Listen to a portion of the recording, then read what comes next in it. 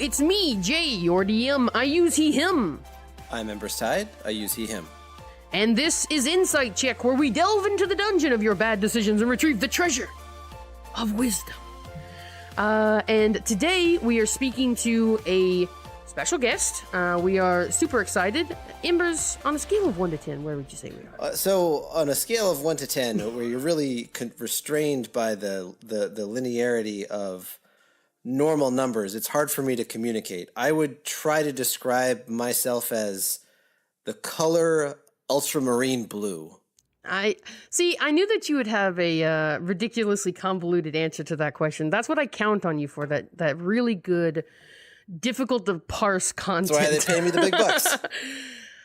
So Megan Connell, a psychologist who is joining us here today to discuss a little bit about what she does in the field, and we're really excited. Tabletop RPG and psychology, at first glance, you may think that there's not a lot of overlap, but if you really think about it, there's a lot in tabletop RPG that really gets to the heart of personal interactions and sociology and things like that. Now, one of the things you might not know about Megan Connell is that if you have ever been to a PAX, you were likely at one point in the same building. Megan Connell has been to PAX Unplugged, to PAX East, to PAX West, back to PAX Unplugged. Most recently, I was really fortunate to be able to watch through her panel participation in PAX Unplugged in 2018 in the Edward Schoonover-led Hand Her a Sword panel about empowering women. So in role-playing and through role-playing. So that was my most recent exposure to the wondrous mind of Megan Connell, and that really only scratches the surface because she is everywhere. I do a lot of things. I feel busy all the time, and then when I list out all the things I do, I realize why I feel that way. Yeah, when we were looking around at some of your, your Twitter and things like that, just taking a glance and making sure that we were familiar with what you're working on. Man, it's a lot. Yeah, there's a lot of things there. I guess Embers, we're kind of skipping over Dungeon Crawl this episode so we can have more time to talk, but I guess that's your Dungeon Crawl for today. Go check out that panel. It was a Hand Her a Sword. Hand Her a Sword. So Schoonover, he was the one who does the club D&D with the girls in his school, right? Correct, yeah. He has a D&D club and a D&D class at the middle school that he works at in the Seattle area. That's awesome. It's great to see great people working together. Yeah, he does cool stuff there. First up, would you mind giving our listeners a brief intro? Lee Pacheski, our dear friend and, renowned Canadian, has written this question. So I want you to understand that it is coming from that sweet boy's heart, the way he has phrased this. Can you give our listeners a brief intro as to the amazingness of who is Megan Connell and how you spend your time both in your day job and as a tabletop RPG player / facilitator? Yeah, I do a lot. So I'm a board certified psychologist. I work in private practice in Charlotte, North Carolina, and actually have just recently expanded that practice to include teletherapy for people who live in North Carolina and can't make it into the office physically. Oh, that's awesome. Yeah, it's really exciting. More states to come soon, but that will be later. I run a therapeutic Dungeons & Dragons group for girls here called the Self-Rescuing Princess Group.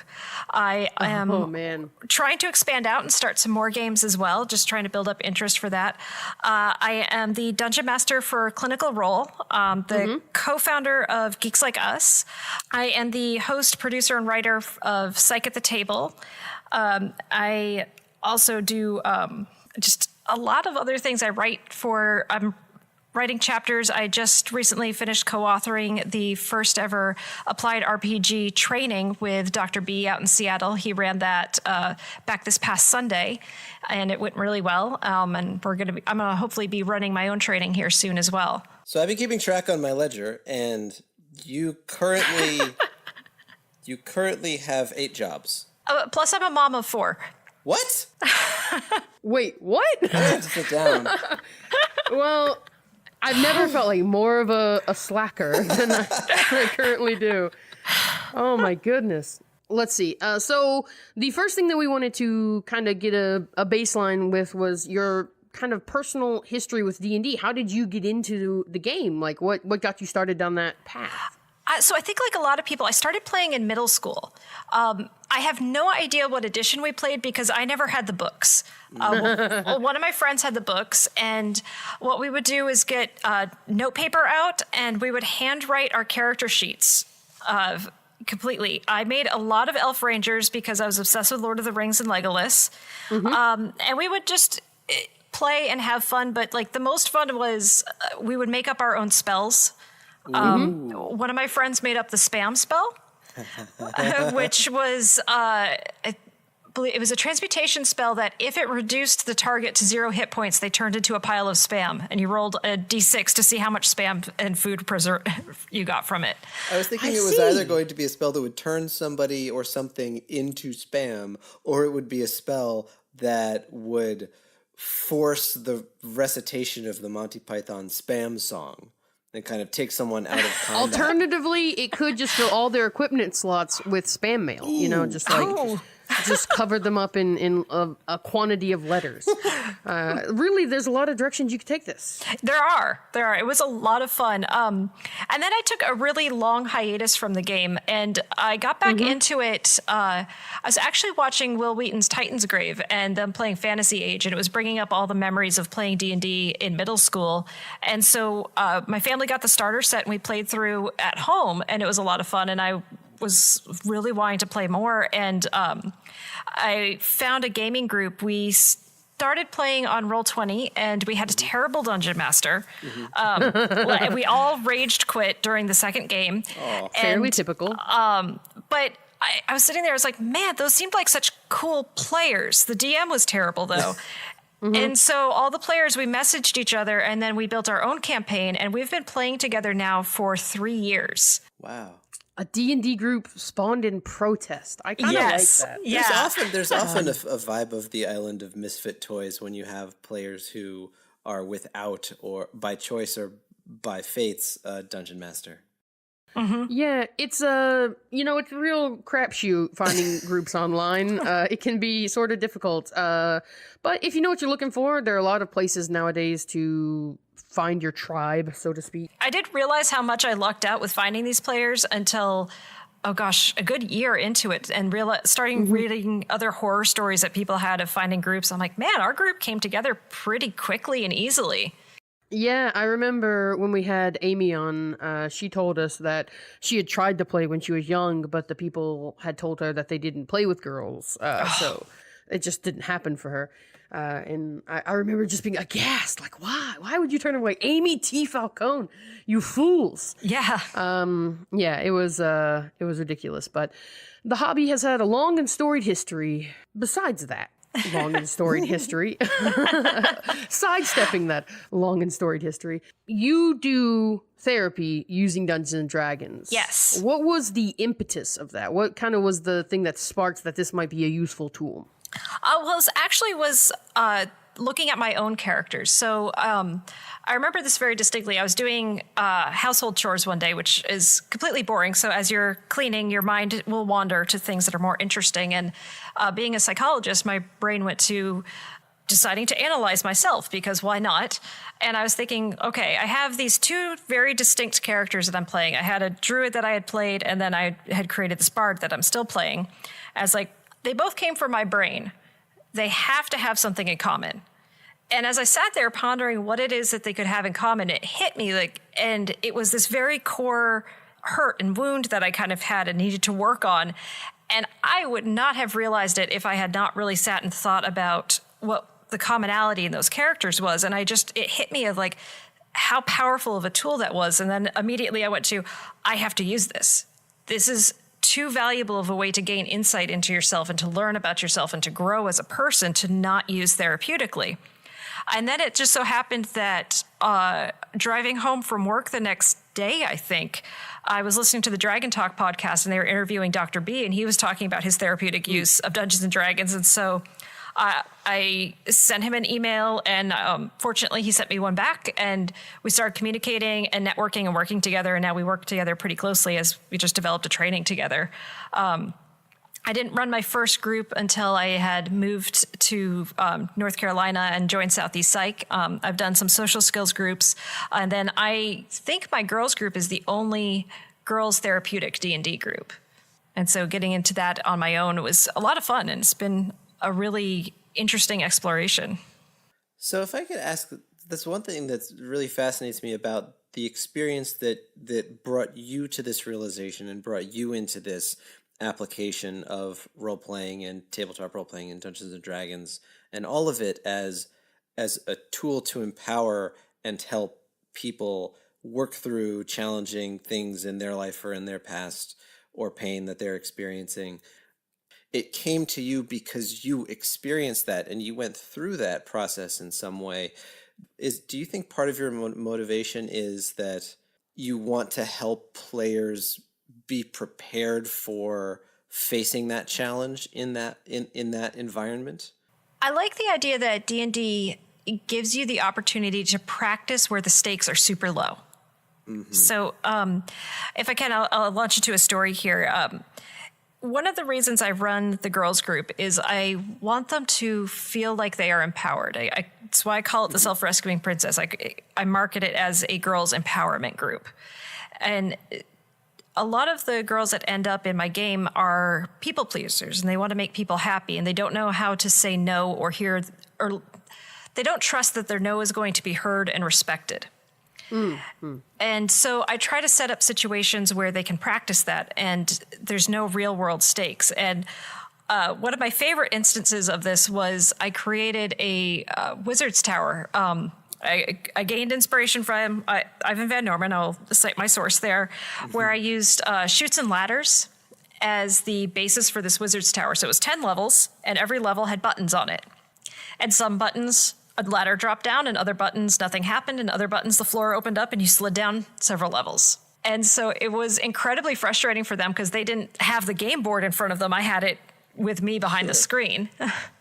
Oh my goodness, that is super fun. Yeah, it was really fun. Like, it's annoying, but it's fun too. It's It was hilarious. And then they finally got to the top, and they confronted this wizard. And there was this one girl who very rarely would ever stand up for herself, got right up. She was in character, stood right up and got in my face, like shaking her finger, like, how dare you? This was so difficult. You knew we were just trying to come up here to talk to you, and you had to make it this big, impossible task.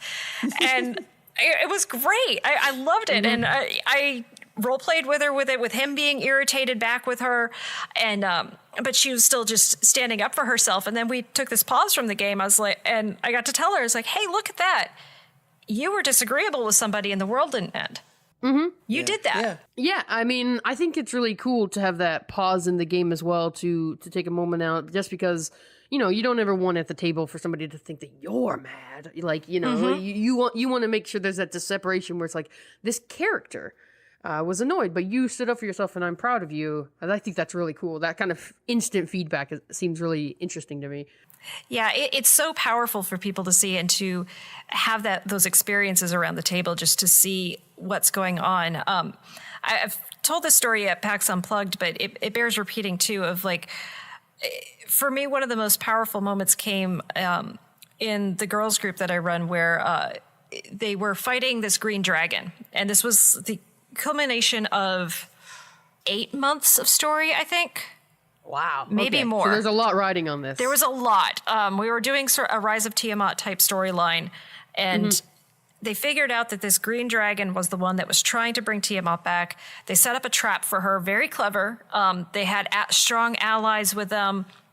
They got into the fight, and they planned it brilliantly, and it went off pretty well. Nobody died, so that's always good. And it was amazing. And when they got the killing blow on this dragon, I was ready for them to all start cheering and be excited. Mm-hmm. And instead, they all burst into tears. And it was fascinating. I was taken aback for a moment, but one of the girls was able to articulate what she was feeling well enough. And she just said, look what I can do when I'm with my friends. Oh, my goodness. All right. Well, I didn't sign on here to be killed today. So don't murder me with these feelings. Yeah. Oh, it was so powerful. And this was a kid who had been horribly bullied, and I got to see that moment when they understood what real friendship could look like. You know, it's fantasy, it's in our heads, but it's a real victory when you win at the game, because the game doesn't take it easy on you. It's impartial. It's a judgment of dice and rolls. So when you win, it does feel real. I don't think there's anything sort of illegitimate about that, and it's something you did with your friends. So I think that's really cool that they felt that so intensely that it moved them to tears. Yeah, it was so powerful. It was just wonderful too. Mm-hmm. And it really illustrates that point that you made earlier. That point that it gives somebody an entire universe by which to find these parts of themselves that can be blocked off by societal pressures, or whatever the case might be. And I'm sure there are many challenges that people face, but in this world, the rules, Jay, like you're saying, the rules are impartial.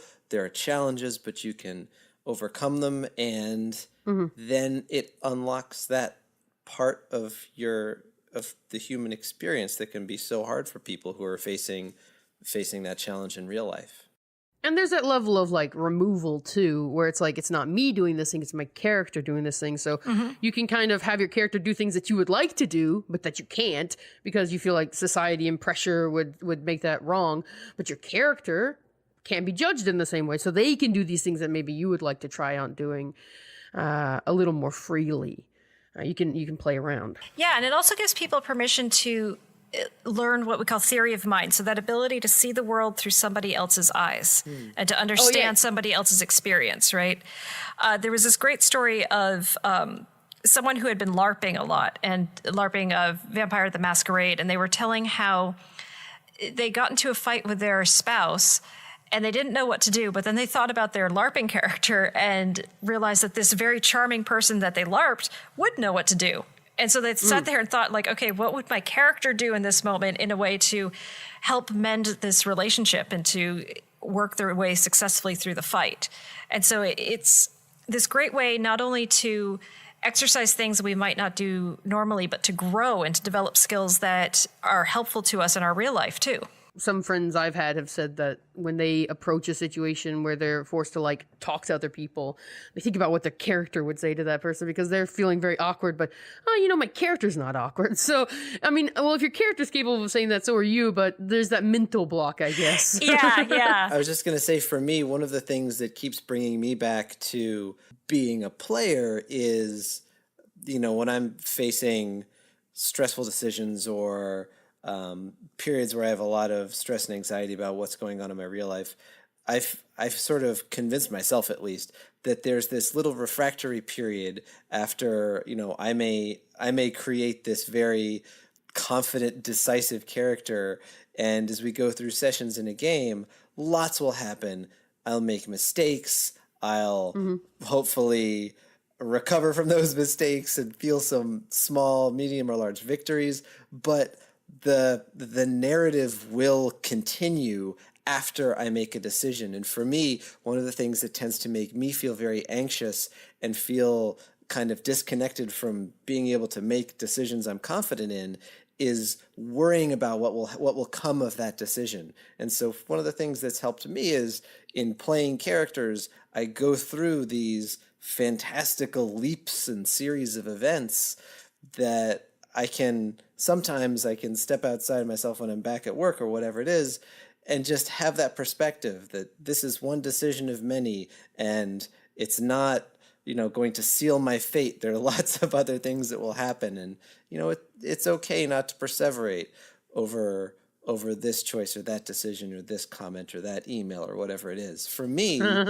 ironically, this is one of the things that brings me a lot of kind of peace and helps me stay centered. That's awesome. Yeah, analysis paralysis. I think we all go through it sometimes. You have so many choices and you don't know which one to choose and you just get stuck. Yes, you convince yourself that they're all wrong. Or they're all right, and why can't I do all of them? But, we talked to Hadil when she was on about playing with young people, and she had some really insightful things to say. And I think we would be remiss if we didn't ask you a little bit about maybe advice you have if you are playing with young people, if you're playing with your kids, like what what does a person, like introductory level, what does a person have to know before they play, Dungeons and Dragons with a very young person? To play to the expectations, I think that's one of the big things. Kids want to be heroes, right? They want a very linear quest usually. You could start throwing in the shades of gray and making things a little bit not as cut and dry, but kind of first off, like their first adventure out of the gate, they want to be the hero. I just got my sword. Let me go kill a goblin and rescue somebody or get the treasure or something like that. If you're wanting to do like a homebrew thing, Adam and Adam from Game to Grow have created this collaborative homebrew system that is brilliant. You create an outline of a map. You have your players fill in different terrain details of that map, and then they start creating rumors and gossip about the map. Oh, that's cool. It's really cool, and it gives you all these really neat plot hooks. Like, for example, this year they made the sessions that we're doing right now, they made a cotton candy forest, and then they decided that Darth Vader is walking around killing people, and there's an undead princess stuck inside of the cotton candy forest. And so those were, and one of the things that checks out. Yeah, I believe that. But like I get to take their rumors, and the rumors aren't truth, right? We make that very clear when we're homebrewing. It's like, just because these are rumors aren't the truth. It's like, okay, so Darth Vader becomes a Death Knight, the cotton candy forest becomes a Fey forest, and the undead princess guarding it is maybe this young prince's mom is the Death Knight, and they have to bring all these pieces together somehow to solve the mystery. That has a very Ryutama feel. Have you ever seen the little Japanese game Ryutama? No. So one of the interesting things that they do is they have phases in world construction and battle construction, things like that, where you go around the table and everybody gets to add a detail to the world or the battle. So before you start a battle, you're in town, you say, okay, we're in town, we're about to start fighting. What's in this part of town? And then people will go around the table. So one person will say, oh, there's a wagon over here. And then another person at the table will say, oh, we're by the bakery shop. And another person will say, oh, yeah, and there's a barrel full of swords nearby. And all of these things are true of that place. And then the DM sort of places those things nearby. And then you get bonuses in the combat if you use those things in your turn. So there's a very collaborative feeling to the way that you create. And they do that on a bigger scale for cities. Like you're approaching this town. What's the town's name? And somebody will make the name. And then what's the town known for? And somebody will tell you what it's known for. And then what's something important about this town? And then you go around the table and you eventually come out with a town that's very interesting and three-dimensional and that everybody had a hand in making. So it seems it's got some vibes of Ryutama, which is a really great way to add. I think you can learn a lot by playing different RPGs and stealing from them. Most definitely, yes. Steal. I mean, good dungeon masters steal, right? Absolutely. That's what we do. Oh, one other thing with kids, though. Pets. Oh, pets. Kids love okay. Adults love having pets, too, in the game. Mm-hmm. But if you give the kids the opportunity to have the pets, they will love that. Oh my gosh. Do you find it makes its way into the story more than in adult player setting? Well, as I was thinking about an answer to that question, I was writing about the pets, and I was thinking, wait, a lot of the games where I have adults play, we end up with pets too. Specifically, like Clinical Role, there's a pet. Actually, I think they had 2 pets for a while, but one ran away. So, oh no, they do have 2 pets. That's right. One of them is a transfigured ooze. Oh, okay. That got turned into a bunny. Is it adorable? Does it still look gelatinous? No, have you ever heard of something called the Deck of Wonder? Yes. Yeah, I let them use that in the game, which I highly suggest to anybody. Yes, it throws your game off. It can derail it, but in the best way possible. And they use, the way I have it played out is they have potions of wonder. And so they drink these potions and then they draw a card from the Deck of Wonder. And they drew a card that was the nearest enemy turns into a rabbit. The nearest enemy was around a corner, so the players all know that this bunny that they have adopted is an ooze, but the characters don't. So. Right. Oh my gosh, that is wonderful. So the Deck of Wonder, that's like a version of the Deck of Many Things that's not so over the top, right? It's, no, it's not like the Deck of Many Things. It's over 100 cards, I believe. Oh, wow. Okay. And it's just fantastical things that happen. Yeah, but they're not as like destructive to the campaign. Yeah, okay. You know, it's gotcha. things like it starts raining candy, everyone's shoes filled with custard. See, that's something you could actually use. Unlike the Deck of Many Things. The Deck of Many Things is something you use in a one-shot to end the game. Yeah. So one thing that was mentioned here, and I've never heard of this, but I'm extremely interested. It said that you pair up initiative in combat for your players? Yeah, so that started out of necessity. I try to cap my groups at 6 players. Mm-hmm. I've yet to get a group that's just 6. Currently, I'm only at 8, but I had... The struggle is real. Yeah, I had 10. Wow. Yeah, and so if I run a 2-hour game for the therapy game, and if I tried to do 10 players, like we were never going to get through combats, and half of them were new and didn't know how to play. And so I said, okay, everyone grab a buddy. You are doing initiative with your buddy. You guys go at the same time. Plan together, know who's going first, know who's going second, and you guys can work together and pair off of each other. And so it started out of necessity, and then it made combat go a lot faster. And then it made them start thinking of cool things that they could do with their spells, where they, like we have one player who's an Aarakocra, and we had a gnome, and so she started flying around with a gnome on her back. And that's like one of her favorite things to do now is if we have a party member who's small-sized, she likes to have them as her buddy so that they can fly on her and they can do lots of damage from the sky. Because that's cool, yeah. Yeah, it's totally the rule of cool. And it helps, part of this too is I want my group members to work together. I want the girls to learn how to be cooperative rather than competitive. And that's part of what this does, is it gets them working together and understanding that it's not one person's show to shine. It's we work together and we figure out how we can help each other and be the most effective. Seems like a really tactical kind of way to run combat too, because they have this ability to plan and make decisions that will interact with each other. So I think that's actually really good for even adults or experienced players. It gives them that chance to, lean in and really kind of figure out what spell goes with what ability to make for the ultimate impact. Like that's kind of awesome, actually. I really like that idea. Yeah, that's really cool. I had never heard of this paired up initiative, but it sounds really cool. Yeah, I mean, like I said, I made it up on the spot because I needed to.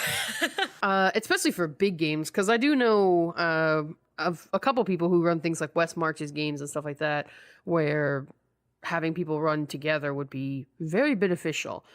So I'll have to pass this along. Hopefully I'll see some people implement this, because this actually sounds really cool to me, and I want to try it. Well, it's fun, and it keeps people paying attention. Yeah, if you're working together, you're discussing things between turns, and as other people's turns are affecting your planned combo, then you're going to have to react to that. Exactly. I know Clinical Role is a show that you do where it is all people who are in sort of the psychology space.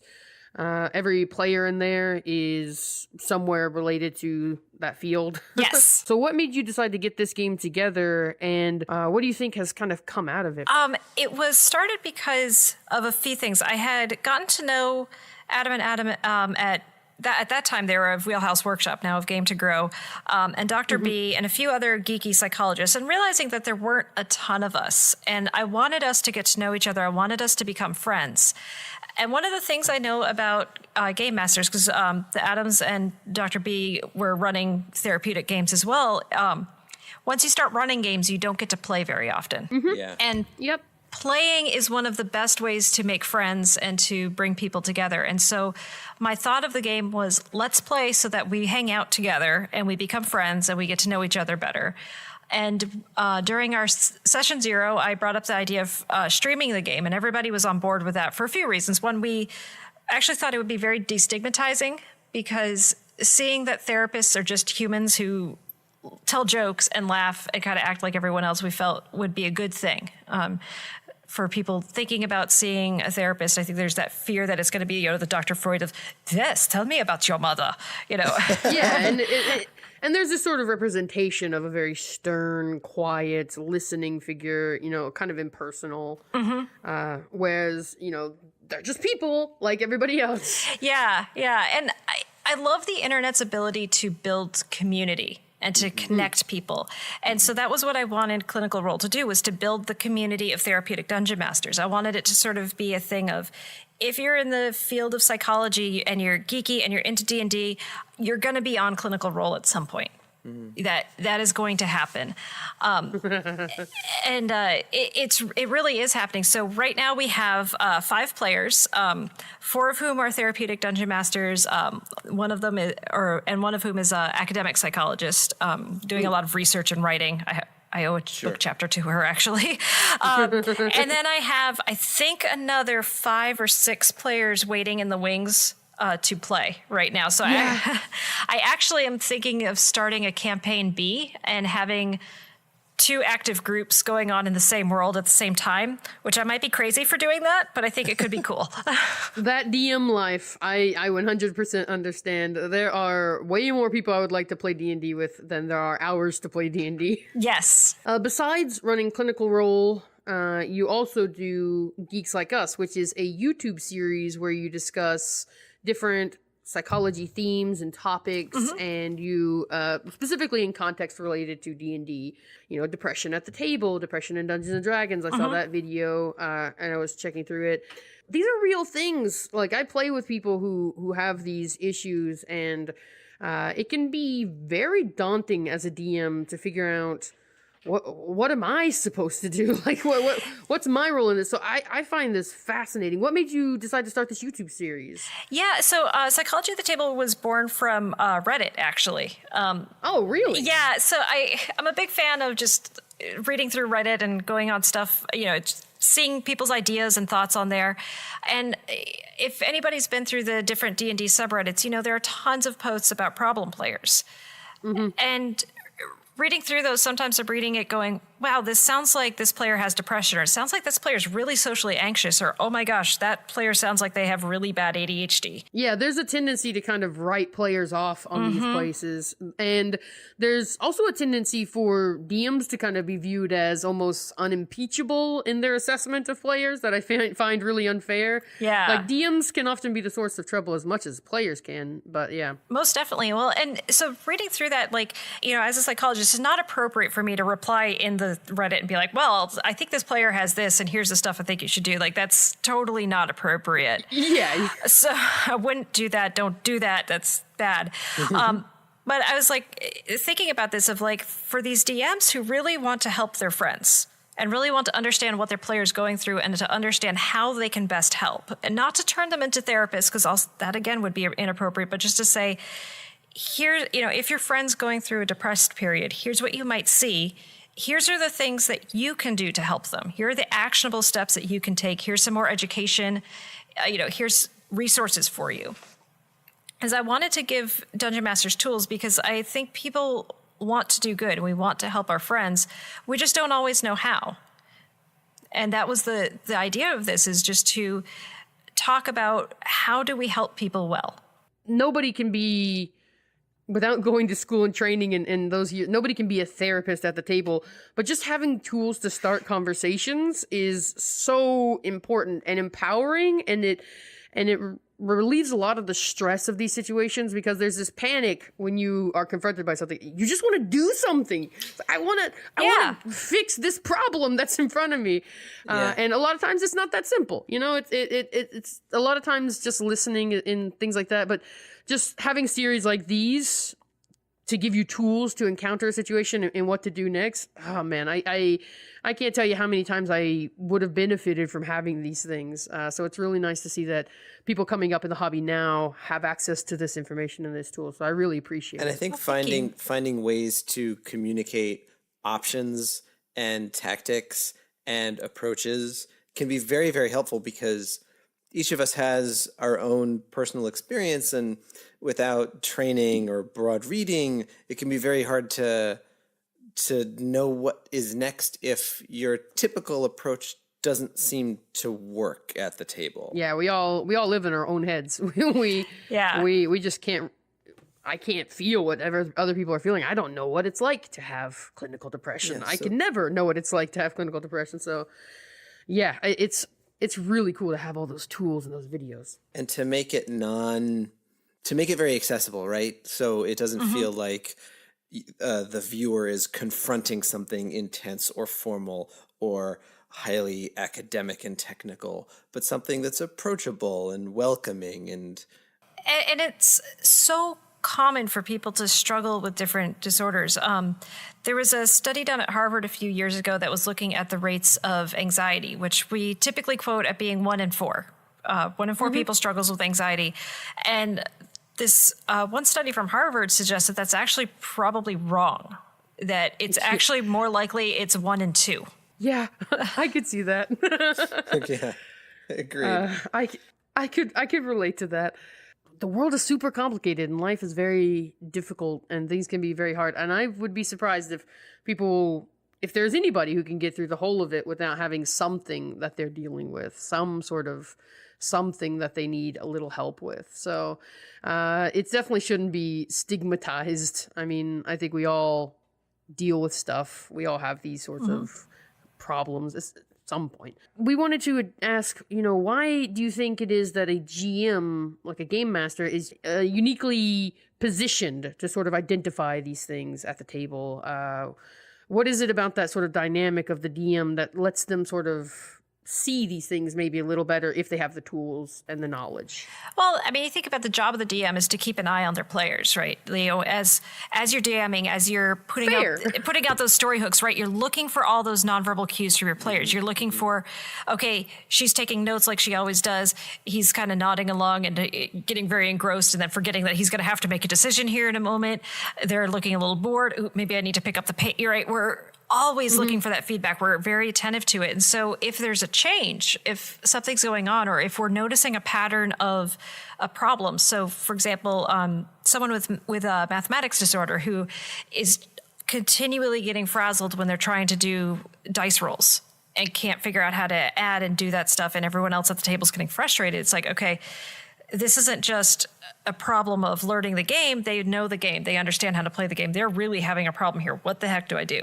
And that's why, like, as a DM, you're very aware of everything that's going on at the table and trying to manage all of that and figure out, how do I address this? How do I streamline my game? I don't want my players to get frustrated with each other. I want it to be a happy, good game for everybody.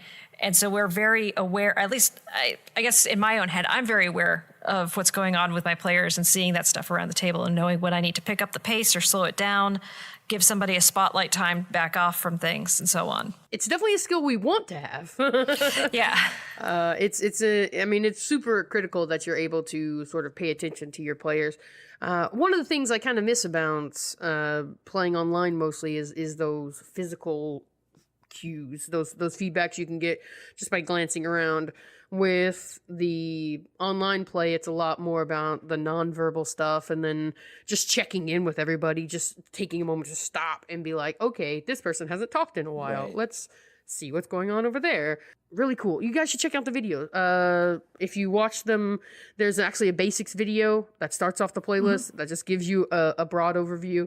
And I found it really informative, but I hope you'll check it out. Well, thank you. I've already actually sent these to some of my friends because I was just like, oh, wow, they actually talk about this thing we were talking about the other day.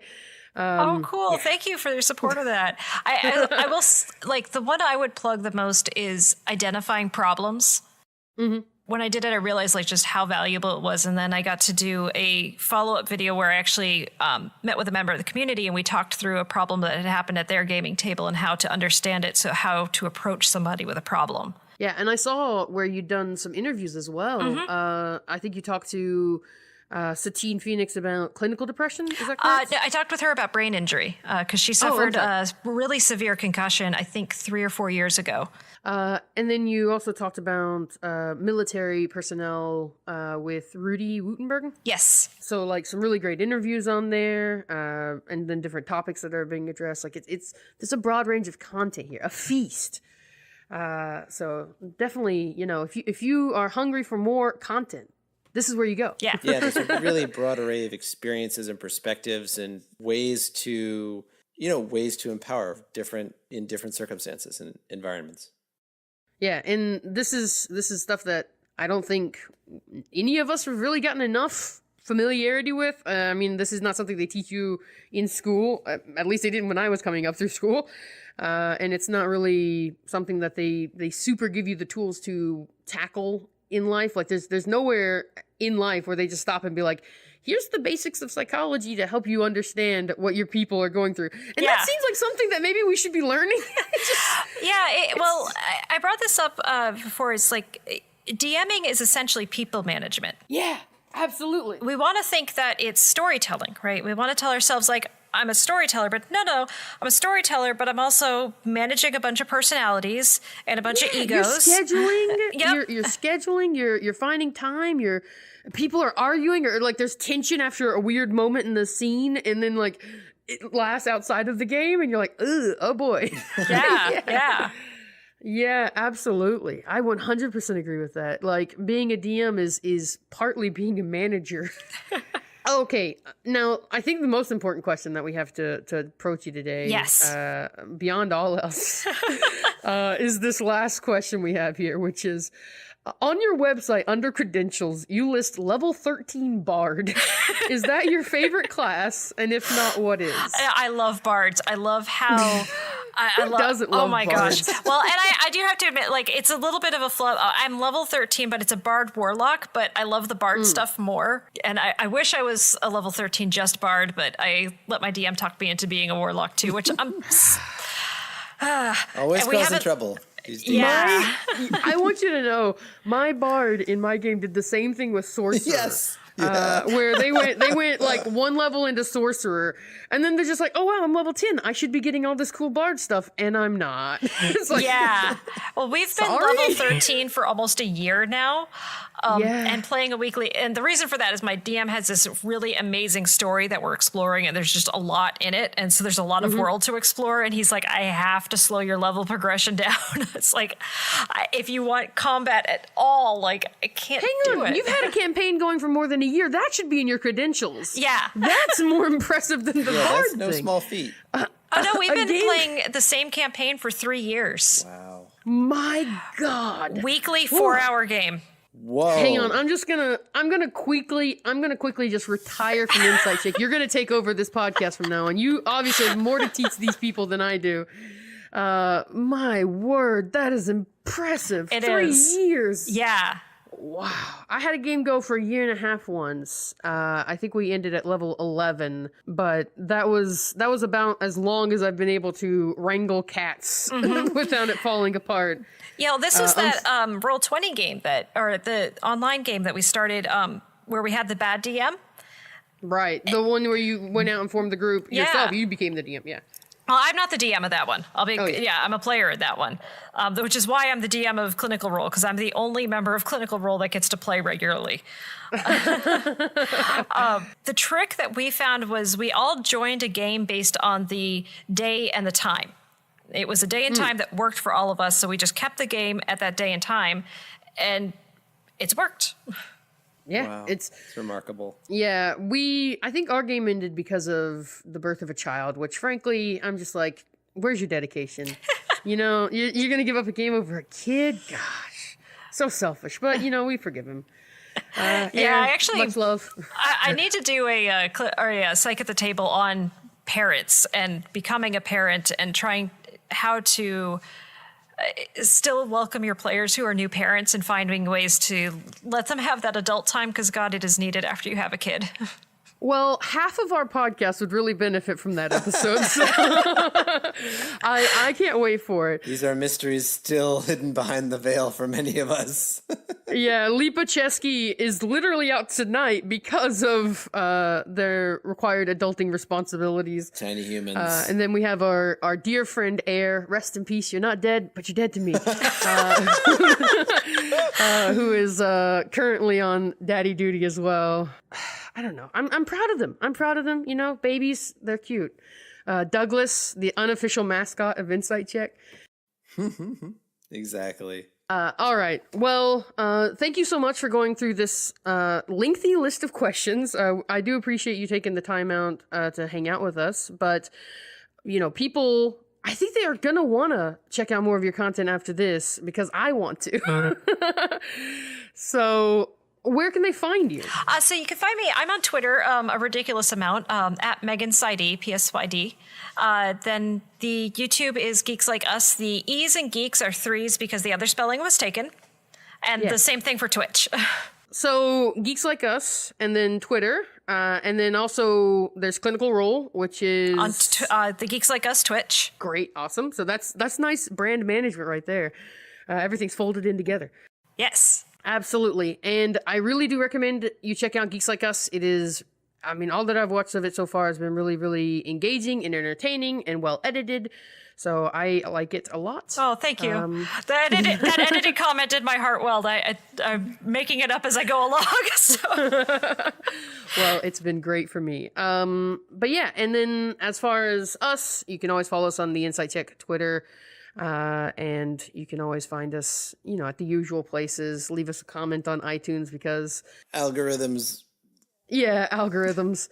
And if you have any questions, approach us on Twitter at Inside Check Pod. Oh, and definitely if you have questions related to romance, because February 14th is running up. Oh dear. And we definitely want to answer those, Take those love at the table questions somewhere else, because we are... No, leave them here for me. Your romance doctor. Your romance judge, jury, and executioner. Yeah. But yeah, and thank you to Amy T. Falcone for the faces, and thank you to Vinswept for the song Never Stand Alone, which we use every episode. By the way, if you've never heard Vinswept, Meg, it's all free. You can use it in streams and everything like that. You just have to credit them somewhere, and it's really great fantasy music.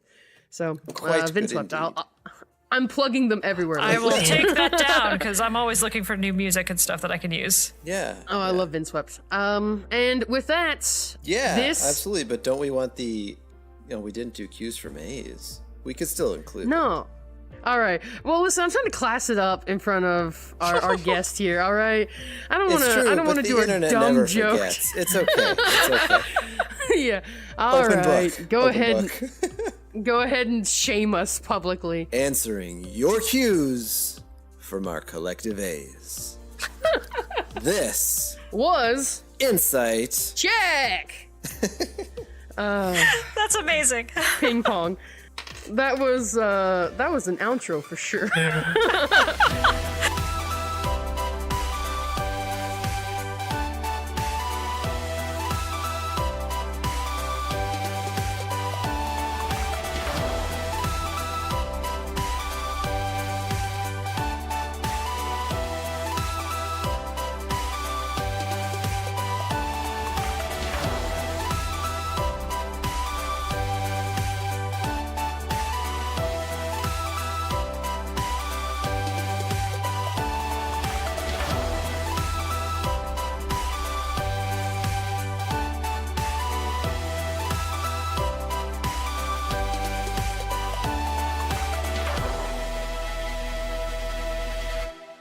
Also, it's Leet gamer speak, so we relate to that. Yeah.